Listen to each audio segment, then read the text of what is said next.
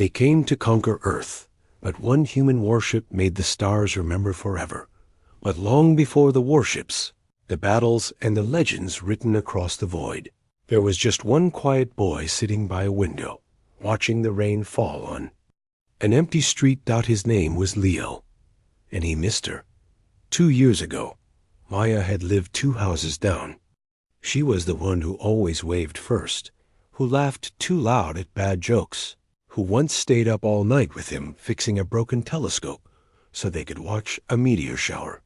She was the first person who made Leo believe that space wasn't just cold and empty. It was full of wonder. She called stars, the universe's way of saying, "I see you." Then one day her family moved. No warning. Just a moving truck at dawn, boxes in the driveway, and a note taped to his front door. Asterisk, Leo, I didn't want to say goodbye. Call me when you can. Maya, asterisk, he never did. Not because he didn't want to, but because every time he picked up his phone, his chest tightened. What would he say? Asterisk, hey, remember me? I still have that rock we found at the lake. The one you said looked like a spaceship? It felt stupid. Too small. Too late. Months passed. Then a year. He heard she was doing well, new school, new friends, maybe even a new boyfriend. And Leo? He stayed in the same town, the same room, staring at the same stars through the same cracked telescope.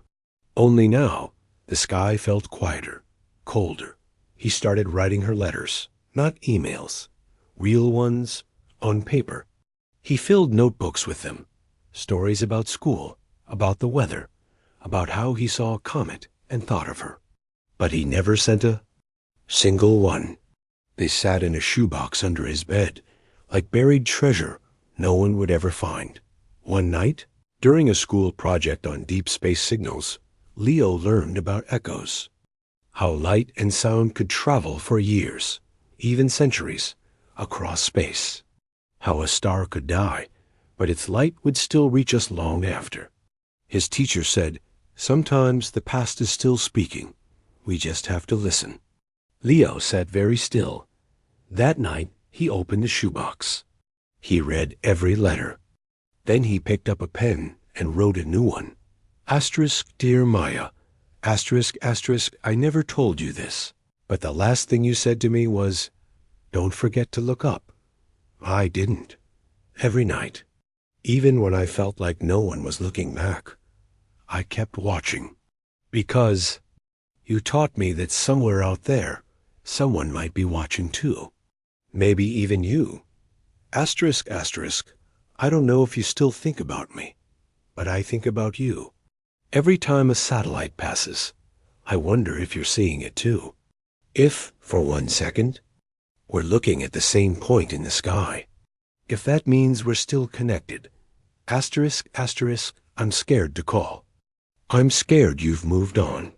But I'm more scared of never trying. So I'm trying now. Not with a call, not with a text, but with this. If you ever read it, know that I'm still here. Still looking up. Still hoping Leo asterisk, he sealed the letter. Then he did something strange. He attached it to a small weather balloon, wrapped in a waterproof case, with a note on the outside. Asterisk, if found, please scan or mail to leo.martinez@solnet.mail. And beneath it, he added, this isn't just a message. It's a piece of someone who still believes in second chances. Asterisk, he launched it the next morning. It rose slowly at first, then faster, a tiny dot against the blue. He watched until he couldn't see it anymore. Days passed. Nothing. Then, one evening, his phone buzzed. An alert from a global science network. Asterisk, unusual payload detected in upper atmosphere. Message capsule recovered by research drone over Pacific. Tagged, for Maya, from Leo. And below it a forwarded message. From Maya. It said, I got your letter. Not the balloon one, the one before. The 100 I found online when I searched your name last year. I read them all. I cried. I wanted to call, but I was scared too. Scared you wouldn't remember me the way I remembered you. But Leo, I never stopped looking up either. Last night, I saw a shooting star. I wished on it. I wished for this. Asterisk Leo stared at the screen. His hands shook. She was studying astrophysics now, on the other side of the world. But she remembered. She cared. And suddenly, the stars didn't feel so far away. They came to conquer Earth, but one human warship made the stars remember forever. And maybe, just maybe, that warship wasn't made of steel and fire. Maybe it was made of courage, of silence broken, of a boy who sent a letter into the sky, not knowing if it would be found, but sending it anyway, because that's what humans do. They don't always win. They don't always speak first.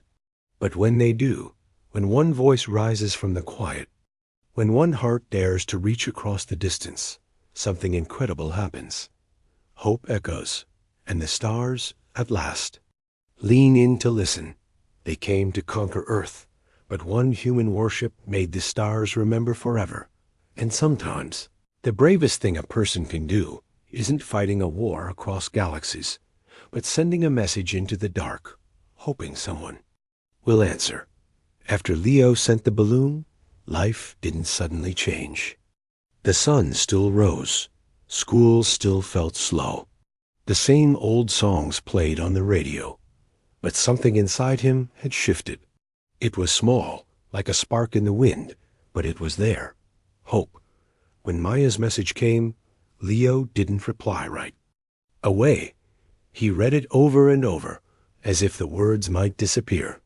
She had found his letters, all of them posted years ago, on an old astronomy forum he'd forgotten about, under the username StarWatcher99. She said she'd stayed up all night reading them, laughing at the stories about his cat stealing socks, crying when he wrote about watching the Perseid meteor shower alone. Asterisk, I felt like I was right there. With you? Asterisk, she wrote. Asterisk, like we were still next-door neighbors, just looking at the same sky. Leo finally typed back, I still have your old star chart, the one you drew with all the constellations you made up. I added one. I call it the Messenger. It's shaped like a balloon with wings. She replied in 10 minutes. You always saw magic where others saw nothing. Asterisk, and just like that, the silence between them began to fade. They started talking slowly at first, texts about the weather, and about books, then about how much they both missed the smell of rain on hot pavement, and how neither of them could ever sleep during thunderstorms unless they were watching the lightning. One night, they both went outside and pointed their phones at the same patch of sky. They turned on a video call, not looking at each other, but at the stars above. For an hour, they didn't speak, just watched. And somehow, that felt like the most honest conversation they'd ever had. Leo began to change. He joined the school's science club. He helped build a small satellite tracker in the library. He even gave a short talk about long-distance signals, how messages could travel through space, just like feelings could travel through time. Asterisk. Sometimes, he said, voice quiet but steady, the most important signals aren't sent with machines. They're sent with courage, with a single hello after years of silence. Asterisk, no one clapped, but a few kids nodded. One girl wiped her eyes. Maya watched the recording later. She sent one word, asterisk, proud. Asterisk, but distance still hurt. One evening, Leo looked at a photo of Maya at university, standing with a group of students in front of a giant telescope. She was smiling, happy, alive. And for the first time, Leo felt a sharp twist in his chest, not jealousy, but sadness. She was moving forward. And while they were talking again, they weren't together. Not really. He wanted to say, asterisk, come home. But he didn't, because home wasn't just a place. And maybe, After 2 years, he wasn't her home anymore. Wrote another letter, not to send. Just to say the things he couldn't out loud. Asterisk, dear Maya. Asterisk, asterisk, I'm glad you're happy. I really am, but I miss you in a way that doesn't go away. It's not loud, it's quiet, like background music. It's there when I see a red balloon, or hear a certain song, or when the air feels like summer again. I don't want to hold you back, but I don't know how to stop hoping. Either. Asterisk, asterisk, Leo asterisk, he didn't send it, but he didn't hide it under his bed either. He left it on his desk, where he could see it, where it reminded him that it was okay to feel this way. Then, one morning, a package arrived. No return address. Just his name in familiar handwriting. Inside was a small, polished stone. Their stone, the one they'd found at the lake, the one he'd kept for years before realizing it was gone. Taped to it was a note.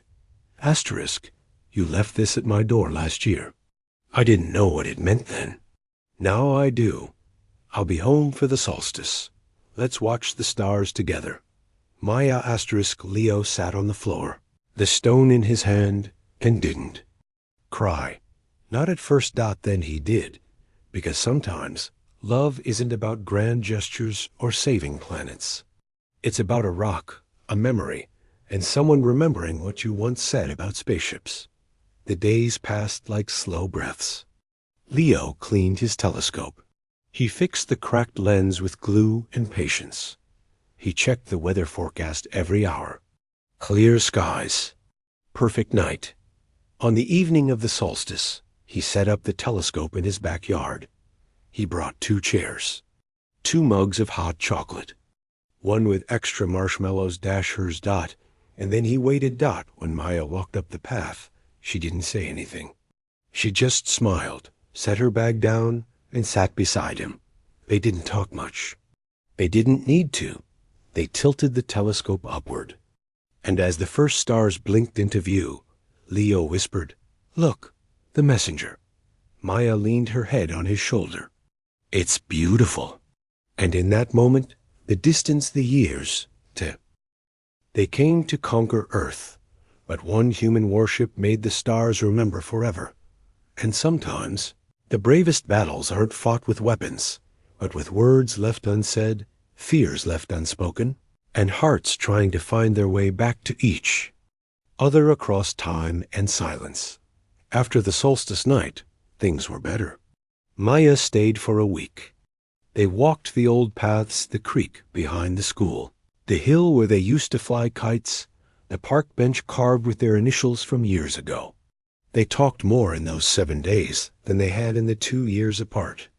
Not just about the past, but about the future, about dreams, about fear, about how hard it was to say, "I miss you," when you're afraid the other person has already moved on.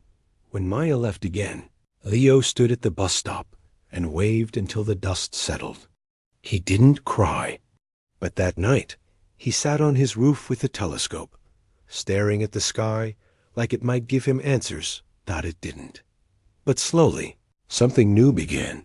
They started a project, something small, something quiet. A shared journal, digital, where they each wrote 1 entry a week. Not about big things, just little moments. Asterisk, today I saw a bird building a nest in the same tree as last year. Or, asterisk, the cafeteria served your favorite pie. I saved you a slice? In my memory. Asterisk Leo added sketches. Maya added photos. Sometimes they wrote on the same day, not knowing the other had done the same. And when that happened, their words would echo like 2 radio signals crossing in space, briefly in tune. One night, Leo had an idea. He remembered a science exhibit he'd seen online about light delay. How when we look at stars, we're seeing them not as they are, but as they were sometimes years, even centuries ago. We're always looking into the past, the narrator had said. And Leo thought, asterisk, that's what we're doing. We're sending signals into the past, hoping the future catches up. Asterisk. So he built something. Not a warship, not a spaceship, but a small solar-powered beacon no bigger than a shoebox. He wired it to flash a simple pattern, a sequence of long and short pulses like a heartbeat. A code. It wasn't random. It was the rhythm of a song Maya used to hum when she was fixing something broken. The melody had no name, just hers. He mounted the beacon on the roof, aimed not at Earth, but at the sky like a lighthouse for someone who might be watching. He called it the messenger light. Every night, at exactly 8:17, their time, the hour they always used to call each other, it blinked. Once, then paused, then again, over and over. A silent song, sent into the dark. He didn't know if she could see it, but he hoped that somewhere, on a clear night, she might look up and feel it like a whisper from home. Then, one evening, his phone buzzed, a notification from a satellite tracking app he'd linked to the beacon. Asterisk, unusual signal detected. Pattern recognized. Non-standard pulse. Origin, Earth, Leo's location. Destination, unknown. Repeat cycle, 22 seconds. Match found in global amateur astronomy logs. Asterisk below it, a photo. A blurry night sky image, zoomed in. And there, faint but clear, was a tiny, blinking light in the shape of a constellation. Not real, made up, and labeled, asterisk the messenger. Asterisk Leo's breath caught. Someone had seen it. Not just Maya, others. He clicked the log. It was from a high school in New Zealand, a student project on light signals. They'd captured the blink, decoded the rhythm, and named the star pattern after it. And in the notes, they'd written, asterisk, we don't know who made this, but we think it's a message. So we're sending one back. Asterisk attached was a photo of their own light on a hill, flashing a new pattern. A reply. Leo stared at the screen. Then he laughed. Then he cried, because he realized something. He wasn't just reaching for Maya. He was reaching for the world. And the world was reaching back. He recorded a video that night. Just him, in his room, holding the little beacon. Asterisk, hi, I'm Leo. This is for my friend Maya. But if you're seeing this, it's for you too. If you've ever missed someone, if you've ever wanted to say something, but were afraid, this light is for you. It means, asterisk, I'm still here. I still care. I haven't given up. He uploaded it. The next morning there were 10 replies. By noon, 500. By the end of the week, thousands. People built their own beacons. In Spain, in Japan, in Canada, in small towns and big cities. Flashing messages, some coded, some simple. Asterisk, I miss you. I'm sorry. I'm still trying. A teacher in Brazil started a class project, Send a Light. Kids wrote notes, tied them to balloons with tiny LEDs, and released them at dusk. None would reach the stars. But that wasn't the point. The point was, they were trying. The point was, they cared. And Maya? She called one night, voice soft. Asterisk, I saw it. From my dorm window, a news site showed a map of all the lights. One was here, flashing our rhythm. Someone here knew. Leo whispered, did you look up? Asterisk, asterisk, every night. Asterisk, she said. Asterisk, and tonight. I didn't feel so far away. Asterisk, they came to conquer Earth. But one human warship made the stars remember forever. But maybe the real warship wasn't metal and fire. Maybe it was a boy who built a light because he couldn't bear the silence. Maybe it was a girl who looked up and believed in return. Because humans don't just survive. They connect across distance, across time, across fear. And when one person dares to shine a light into the dark, others see it, dot others answer. And the sky, once empty, begins to glow. Not with war dot, not with conquest, but with hope dot simple. Quiet dot unstoppable dot, and the stars? They don't just remember dot, they witness. They came to conquer Earth, but one human warship made the stars remember forever. And sometimes, the smallest act of hope doesn't just heal a heart. It begins a ripple that spreads farther than anyone. Could imagine dot after Leo's video went around the world, something quiet but powerful began to grow. People didn't just build lights. They started talking. Not online arguments, not jokes. Real words, letters, calls, apologies, invitations. A grandmother in Norway wrote to her grandson in Canada after 50 missed birthdays. A soldier in peacekeeping duty sent a voice message to his younger sister. Asterisk, I'm sorry I wasn't there. I'm listening now. A teacher in Kenya started a light journal with her students, where each week one child wrote a message to someone they missed, then turned on a small lamp in their window at dusk. All of it began with a boy, a beacon, and a hope that refused to stay silent. But Leo didn't feel like a hero. He felt tired. Happy? Yes, but also overwhelmed. Messages poured in, thousands of them. Some thanked him. Some asked for advice. Some just said, asterisk, I turned on a light tonight. For the first time in years, I felt less alone. Asterisk, he tried to answer them all. But he couldn't. And then, one morning, he woke up and didn't want to get out of bed. For the first time since Maya had come back, he felt the weight of everything, the distance, the past, the fear that maybe none of it would last, that the lights would fade, that she would leave again, that he would go back to being the quiet boy who watched the stars alone. He didn't touch the beacon. He didn't check his messages. He just sat by the window, watching. The rain dot Maya called that evening dot. She didn't say much. Just asterisk. Hey, I saw the news. You're kind of famous now. Asterisk Leo laughed weakly. Asterisk, I don't feel famous. I feel small. Asterisk, there was a pause. Then she said, asterisk, you know, when I was little, I used to think stars were just dots. Then you showed me how to see them differently. You said, look between them. That's where the story is. Maybe you need to do that now. Look between the noise.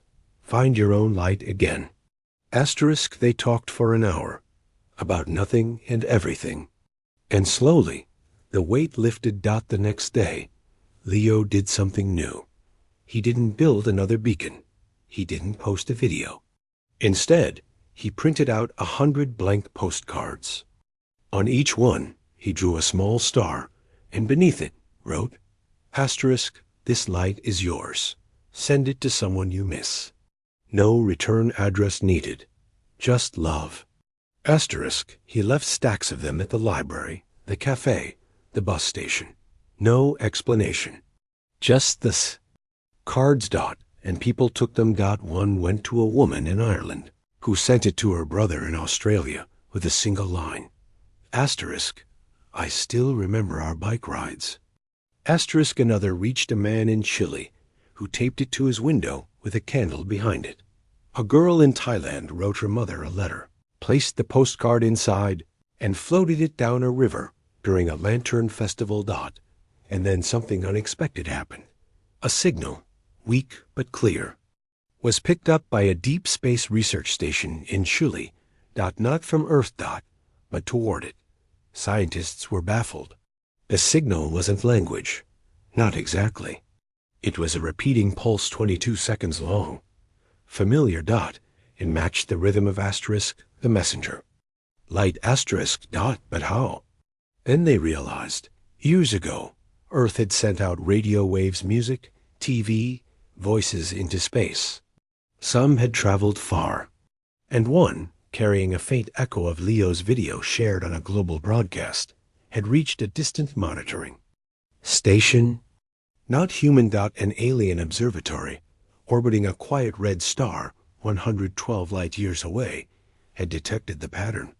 Not the words, not the images, but the rhythm of the light, the heartbeat behind it, and they had sent it back, not as a weapon, not as a threat, as a reply. The pulse was the same, but with one small change. At the end, 2 extra flashes. Short, soft, like a whisper. When decoded, scientists found it formed a simple shape. 2 lights, far apart, connected by a line of light. A symbol, distance, and connection. When the news broke, the world stopped. Not in fear, in wonder. A species no one had ever seen had looked at Earth, not at our wars, not at our noise, but at a boy's light, and said, asterisk, we say. They came to conquer Earth, but one human warship made the stars remember forever. And sometimes, the bravest thing a person can do is not send a signal into the stars, but face the silence inside their own heart. After the world learned that a distant civilization had responded to the messenger light, life changed. Not in loud ways, no flying cars or alien visits, but in quiet ones. Schools taught lessons on connection. Cities held Night of Lights events where people turned on lanterns, candles, phone flashlights, anything that glowed. A simple phrase began appearing on walls, in books, on benches. Someone somewhere is looking up too. Leo was called a hero, a visionary, a symbol. But at night, when the messages stopped and the interviews ended, he still sat by his window, staring at the sky, wondering if he was really making a difference or just pretending. Because Maya was leaving again. Her studies were calling her back, this time to a research station in Iceland, where she'd help track deep space signals. 6 months, maybe more. And this time, the distance felt heavier. They had talked about it for days, not arguing, just listening, trying to understand the ache between wanting to be together and needing to grow apart. I don't want to hold you back, Leo said one evening, voice barely above a whisper. Maya looked at him. And I don't want to leave you behind. They both knew the truth. Love isn't always about staying. Sometimes it's about letting go so both can become who they're meant to be. But that didn't make it hurt less. The night before she left, Leo didn't build a light. He didn't write a letter. He just walked. He passed the park where they used to skip stones, the library where they read space books under the heater, the hill where they once pretended to be astronauts stranded on Mars. Every step felt like a memory. He ended up at the old train station, abandoned, quiet, covered in vines. He sat on the edge of the platform, legs swinging over the rusted tracks, and for the first time in a long time, he let himself cry, not because he was weak, but because he was human. He missed her already. He was scared. He didn't know how to keep the light alive when the person who helped him find it was so far away. And then, in the silence, a thought came. What if the light isn't just for her? What if it's for me, too? He remembered something Dr. Ilara Mee, a scientist who had studied the alien signal, had said in an interview. We used to think signals had to be loud to be heard. But the universe listens to quiet ones, too, especially the ones that come from truth. Leo closed his eyes. Maybe he didn't need to be a symbol, Maybe he didn't need to save the world with light. Maybe he just needed to keep his own light on, not for fame, not for answers from the stars, but for the nights when the world felt too big and he felt too small. When he got home, he didn't go to his room. He went to the backyard. He found the messenger light, still blinking its soft rhythm, but beside it, he placed something new, a small, hand-built receiver. A listening device, not to send, to receive. He labeled it, for replies, from anyone, anywhere. And beneath it, he wrote in the dirt, I am here. If you are too, let me know. The next morning, he walked Maya to the bus. They didn't say much, just stood there, hands clasped. Then she smiled. I'll be watching the sky. He nodded. So will I. And when the bus pulled away, Leo didn't wave until the end. He just stood there, breathing, feeling the weight of the moment. Not broken by it. When he got home, he checked the receiver. Nothing. No signals. No flashes. No miracles. But he didn't turn it off, because hope isn't always a reply. Sometimes it's just the act of waiting. Days passed. Leo returned to routine. School, telescope checks. Small talks with neighbors who now smiled when they saw him. One evening, a little girl from down the street knocked on his door. She held out a drawing. It showed 2 stars, far apart, connected by a glowing thread. Underneath, she had written, "My light is on. Is yours?" Leo knelt down. Yes, he sighed. Every night. She grinned and ran off. That night, he added her drawing to the board beside his receiver, now filled with notes, sketches, and photos from people around the world who had joined the quiet movement of light and longing. And then, just after 8:17 p.m., the receiver beeped. A signal. Weak, faint, but clear. It wasn't from space. It was from Iceland. A single pulse. Then a pause. Then the familiar rhythm, the messenger, followed by 2 short flashes. The same pattern the aliens had used. Distance, and connection. Leo stared at the screen. Then he laughed. Then he cried. She had built her own beacon, and she had aimed it at home.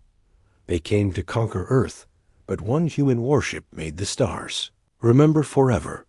But perhaps the real strength of humanity isn't in grand battles or distant signals. It's in the quiet courage of a boy who kept a light on, not because he knew someone would see it, but because he refused to let the dark win. It's in a girl who, from the edge of the world, sent back a whisper. I'm still here. And it's in all the small hearts in between who, when they feel alone, choose to shine anyway. Because humans don't just reach for the stars. We become them. One quiet light at a time. They came to conquer Earth, but one human warship made. The stars remember forever. And sometimes, the most powerful messages aren't spoken in words, but in the quiet things we do when we don't know what else to say. After Maya sent her signal from Iceland, the nights changed for Leo. Not because the distance was gone, she was still far away, but because the silence between them had been broken, not just once, but together. They weren't just sending signals into the dark anymore. They were building a language, not of words, of light. Every evening at 8:17, Leo turned on the messenger light. And every evening, if the sky was clear, a tiny flicker would appear on his receiver screen coming from the north. Maya's reply. Sometimes it came late. Sometimes not at all, when storms rolled over the research station or she was deep in work. But when it did, Leo would smile and whisper, "Welcome back." They didn't talk every day. Life got busy, but the light never failed. Then one night, something new happened. Leo noticed a third pulse, faint, irregular. But they're not from Maya, not from space, but from a small town in Canada. He checked the global messenger network, a simple online map where people logged their light signals. There it was, a new beacon, blinking in rhythm with his, tagged with a note. We're learning the language. Our daughter is sick. She can't sleep, but she loves the stars, so we made a light. For her, for you, for anyone who needs it. Leo sat very still. He had never met them. He didn't know their names. But in that moment, he felt like he knew them, because he understood what it was like to lie awake, heart heavy, searching the sky for comfort. The next day, he recorded a short message. Just his voice, soft and calm. "Hi, I'm Leo. I don't know if you can hear this, but if you're listening, I want you to know that your light reached me. And it mattered. My friend Maya, she's far away too. But every time her light blinks, I feel a little less alone. Maybe your daughter can feel that too. So tonight, when your light goes on, mine will too. And somewhere, someone will see it and feel a little better." He uploaded it to the messenger network. The next morning, a reply. She listened 3 times. Then she fell asleep. "Thank you." And beneath it, the Canadian family's light blinked again, stronger this time. Spread. A school in Kenya began teaching students how to build simple light codes. One class sent a message in Swahili, translated into pulses. "We are here with you." A fisherman in Vietnam placed a solar light on his boat, flashing over the water every night. A retired teacher in Scotland started a light letter club, where people wrote messages to loved ones and sent them with a photo of their blinking window. No one was famous. No one was paid. They just cared. And slowly, a quiet network of light grew across oceans, mountains, deserts, tying hearts together. In the simplest way, I see you. I remember you. I'm still here, but Leo still had his hard nights. One cold evening, the receiver stayed silent. No signal from Maya, no replies from others. The sky was cloudy. The world felt muffled. He sat in the dark, arms around his knees. He missed her voice, missed her laugh. He missed the way she'd nudge him when he overthought things and say, "Just look up, Leo.